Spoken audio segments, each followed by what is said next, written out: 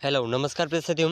देखिए इस क्लास में हम राजस्थान की एक बहुत ही शानदार भर्ती पशुधन सहायक भर्ती इस एग्ज़ाम के लिए जो पिछले वर्ष का पेपर है 2022 का उस पेपर को देखेंगे। उसमें जिस तरह के क्वेश्चन पूछे गए हैं उस तरह के उन क्वेश्चन को देखेंगे और इन क्वेश्चन को देख कर के आप अंदाज़ा लगा सकते हैं कि किस तरह के क्वेश्चन पूछे जा सकते हैं और आगे आपको किस तरह से तैयारी करनी है जिससे एग्ज़ाम के अंदर आप अच्छे स्कोर ला सकें।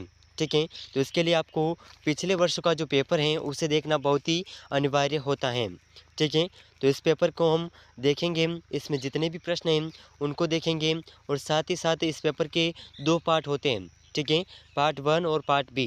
पार्ट 1 के अंदर आपको सामान्य जीके, हिंदी, इंग्लिश इस तरह के क्वेश्चन पूछे जाते हैं। ठीक है, और पार्ट बी के अंदर आपको पशुओं से रिलेटेड क्वेश्चन पूछे जाते हैं। तो सबसे पहले हम पार्ट 1 के क्वेश्चन देख रहे हैं, उसके बाद में पार्ट बी के भी क्वेश्चन भी देखेंगे। ठीक है, तो इसी के साथ में यहाँ पर आप देख पा रहे होंगे पशुधन सहायक सीधी भर्ती परीक्षा 2022 4/6/2022 का यह पेपर है। ओरिजिनल पेपर है बिल्कुल। ठीक है, तो देखिए यहाँ पर आपने जो पार्ट 1 के क्वेश्चन हैं 120 प्रश्न रहते हैं। एक प्रश्न 1 नंबर का होता है, तो ये आपके 120 नंबर हैं। ठीक है, इसका समय 2 घंटे का रहता है। ठीक है, तो इस पेपर के हम 20 प्रश्न पूर्व की क्लास में कर चुके हैं। अगर आपने उसे ज्वाइन नहीं किया है तो भी ज्वाइन कर लीजिएगा। ठीक है, तो देखिए इसके जो हम क्वेश्चन नंबर 21 है उसे देखेंगे। ठीक है, तो देखिए इसका क्वेश्चन नंबर 21 है। तो देखिए यहाँ पर क्वेश्चन नंबर 21 आप देख पा रहे होंगे। क्वेश्चन नंबर 21, निम्नलिखित में से किस राज्य की सीमा राजस्थान के साथ साझा नहीं है।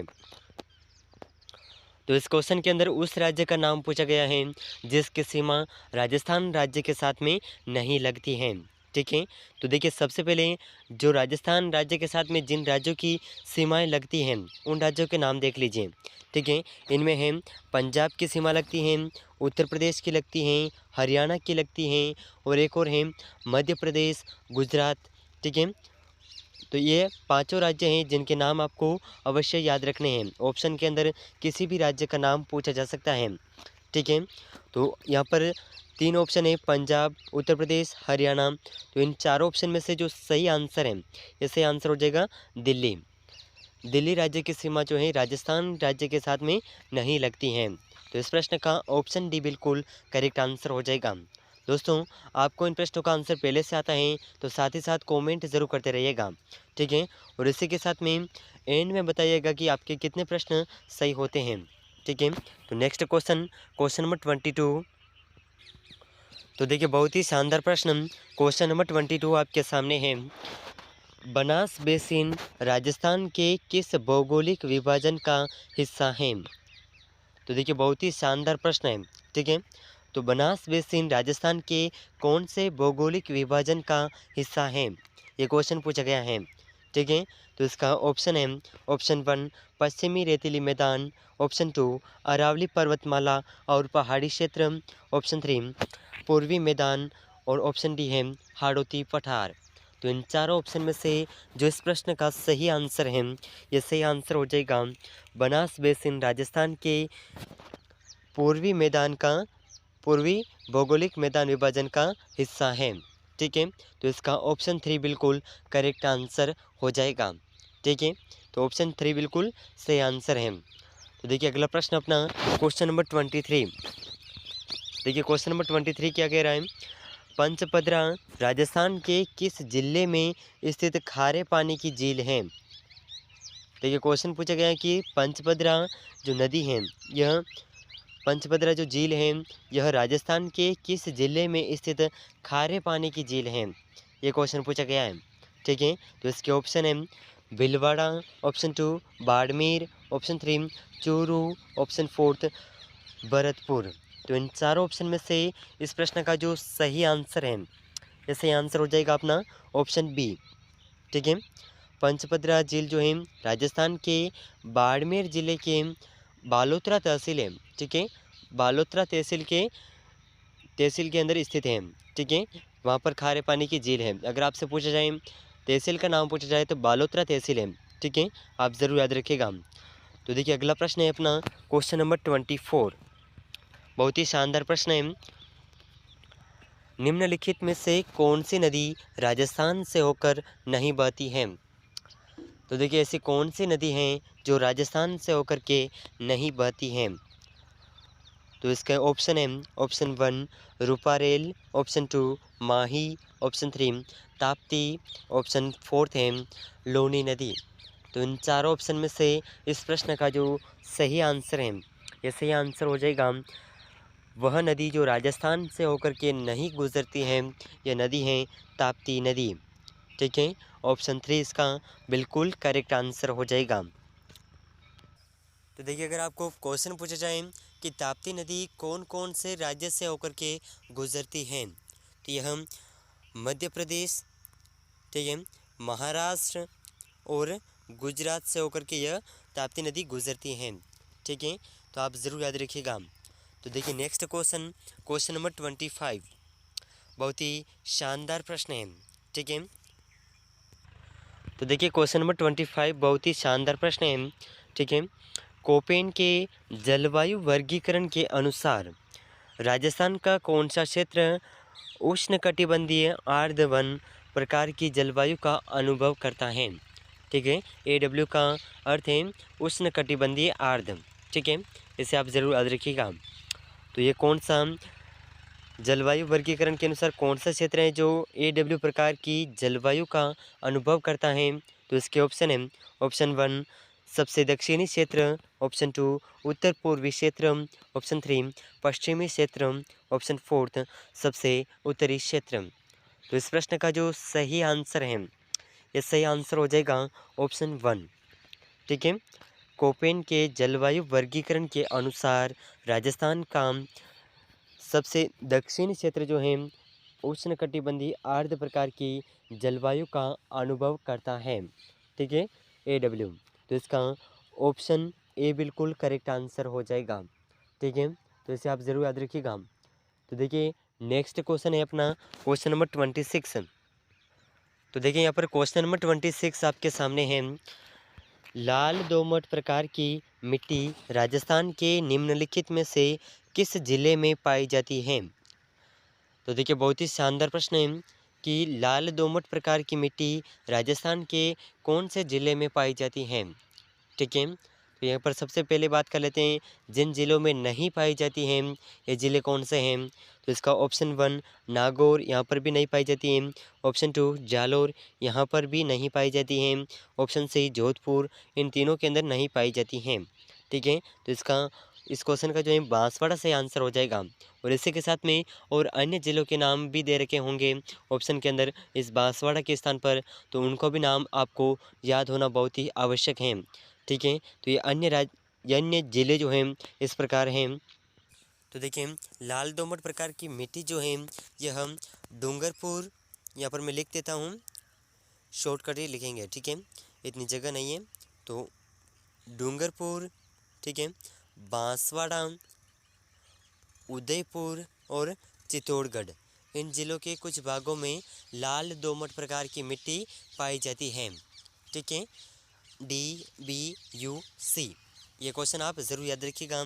इन ज़िलों में से किसी भी एक ज़िले का नाम दिया जा सकता है। ठीक है, तो देखिए अगला क्वेश्चन है अपना क्वेश्चन नंबर 27। ठीक है, बहुत ही शानदार प्रश्न है। तो देखिए बहुत ही शानदार प्रश्न है कि निम्नलिखित में से किस ज़िले में राजस्थान का कुल वन आच्छादित क्षेत्र सबसे अधिक है? तो देखिए यहाँ पर कुछ ज़िलों के नाम दे रखे हैं, इनमें से राजस्थान का जो कुल वन आच्छादित क्षेत्र है जो सबसे अधिक है, ये कौन से ज़िले में है? ठीक है, तो यहाँ पर ज़िलों के नाम हैं उदयपुर, पाली, बारां, अजमेर। तो इन चारों ऑप्शन में से जो सही आंसर है, ये सही आंसर हो जाएगा ऑप्शन ए, उदयपुर ज़िले में राजस्थान का सबसे वन आच्छादित क्षेत्र अधिक है। ठीक है, तो देखिए ये जो क्वेश्चन है यहाँ पर ऑप्शन सी के अंदर जो 12 है, 12 जिला, यहाँ पर सहरिया जनजाति निवास करती हैं, सहरिया जनजाति। ठीक है, इसे आप ज़रूर याद रखिएगा। और पाली ज़िले के अंदर जो है रणकपुर जैन मंदिर है। अगर क्वेश्चन पूछा जाए कि रणकपुर जैन मंदिर किस तीर्थकर को समर्पित है, तो यह ऋषभ देव को समर्पित है। पाली ज़िले के अंदर है रणकपुर जैन मंदिर। ठीक है, तो आप ज़रूर याद रखिएगा, ऐसे क्वेश्चन बनते हैं तो इन क्वेश्चनों को आप नोटिस ज़रूर करते रहिएगा। ठीक है, तो देखें, अगर आप इस पशु परिचर एग्ज़ाम की तैयारी कर रहे हैं या फिर बीएसटीसी, पीटीटी, राजस्थान की हर वो एग्ज़ाम जिसमें राजस्थान जीके पूछा जाता है, उन परीक्षाओं की संपूर्ण तैयारी आपको इस चैनल पर करवाई जाएगी। तो अगर आप चैनल पर नए हैं तो चैनल को सब्सक्राइब ज़रूर कर लीजिएगा और इस क्लास को अपने दोस्तों के साथ शेयर ज़रूर करिएगा।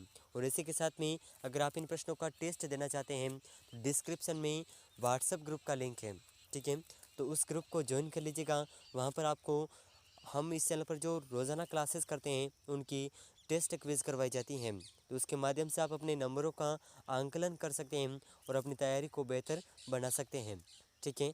तो अगले क्वेश्चन की तरफ बढ़ते हैं। Question number 28। तो देखिए, उदयपुर ज़िले में जो राजस्थान का कुल वन आच्छादित क्षेत्र है यह 9.57% है, ठीक है। 9.57% वन क्षेत्र उदयपुर ज़िले के अंदर है। और राजस्थान के अंदर जो कुल है, और देखिए राजस्थान के अंदर जो कुल वन क्षेत्र आच्छादित क्षेत्र जो है इसका जो नोटिस किया गया है यह है, तो राजस्थान का जो कुल वन आच्छादित क्षेत्र है, ठीक है, किलोमीटर, यह है 32,737 वर्ग किलोमीटर। ये कुल वन आच्छादित क्षेत्र है राजस्थान का, जिसमें 9.57% उदयपुर ज़िले का है। और इसी के साथ में अपने देश यानी कि भारत के अंदर जो इसका कुल आच्छादित वन क्षेत्र है प्रतिशत के अंदर यह, तो भारत के अंदर इसका जो वन आच्छादित क्षेत्र है उदयपुर ज़िले का यह है राजस्थान का 4.28%, ठीक है। इसे आप ज़रूर याद रखिएगा। इससे बहुत ही छोटे छोटे क्वेश्चन बनते हैं जो आपको एग्ज़ाम के अंदर पूछे जा सकते हैं, ठीक है, तो इन्हें आप विशेष रूप से ज़रूर याद रखिएगा। तो देखिए अगला क्वेश्चन नंबर 28।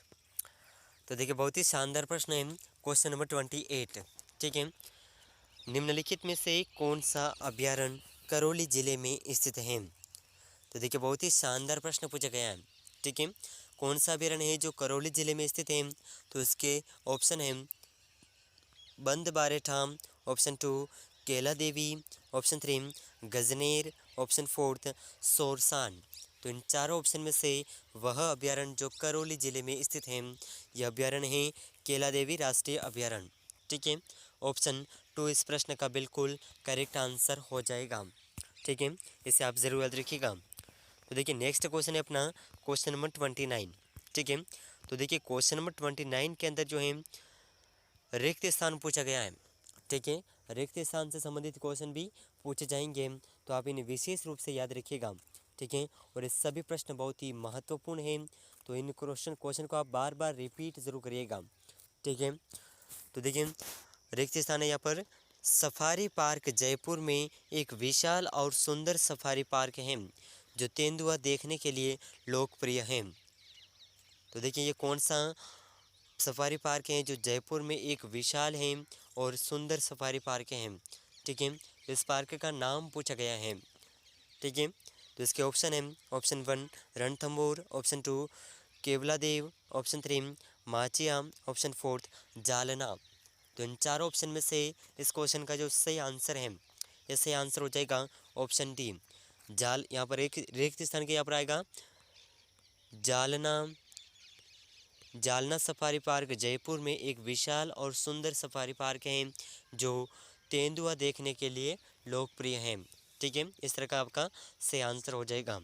तो देखिए अगला प्रश्न है अपना क्वेश्चन नंबर 30। तो देखिए बहुत ही शानदार प्रश्न पूछा गया है क्वेश्चन नंबर 30, ठीक है। निम्न में से कौन राजस्थान का राजकीय पुष्प है? तो देखिए राजस्थान के राजकीय पुष्प का नाम पूछा गया है, तो इसके ऑप्शन है ऑप्शन 1 रोहिड़ा, ऑप्शन बी पलाश, ऑप्शन 3 कमल, ऑप्शन 4 जैस्मीन। तो दोस्तों इन चारों ऑप्शन में से राजस्थान का राजकीय पुष्प कौन सा है, इसका आंसर आप हमें कमेंट में ज़रूर बताइएगा, ठीक है। इसे आप एक टेस्ट क्विज़ के रूप में भी देख सकते हैं, तो इसका आंसर आप हमें कमेंट में ज़रूर बताइएगा।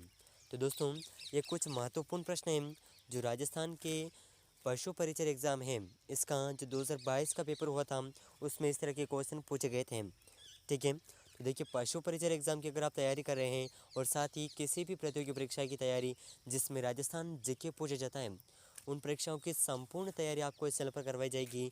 तो अगर आप चैनल पर नए हैं तो चैनल को सब्सक्राइब ज़रूर कर लीजिएगा और इस क्लास को अपने दोस्तों के साथ शेयर ज़रूर करिएगा। तो ऐसे ही महत्वपूर्ण प्रश्नों के साथ में मिलते हैं अगली क्लास में। और दोस्तों, अगर आप इन प्रश्नों का टेस्ट देना चाहते हैं और इस पेपर की अगर आपको पीडीएफ प्राप्त करनी है तो डिस्क्रिप्शन के अंदर व्हाट्सएप ग्रुप का लिंक है, उसे आप ज्वाइन कर लीजिएगा। वहाँ पर हम आपको इसकी टेस्ट क्विज़ और व्हाट्सएप इस पीडीएफ की लिंक भेज देंगे। ठीक है, तो बाकी ऐसे महत्वपूर्ण प्रश्नों के लिए हम अगली क्लास में मिलते हैं। तब तक के लिए जय हिंद, जय भारत।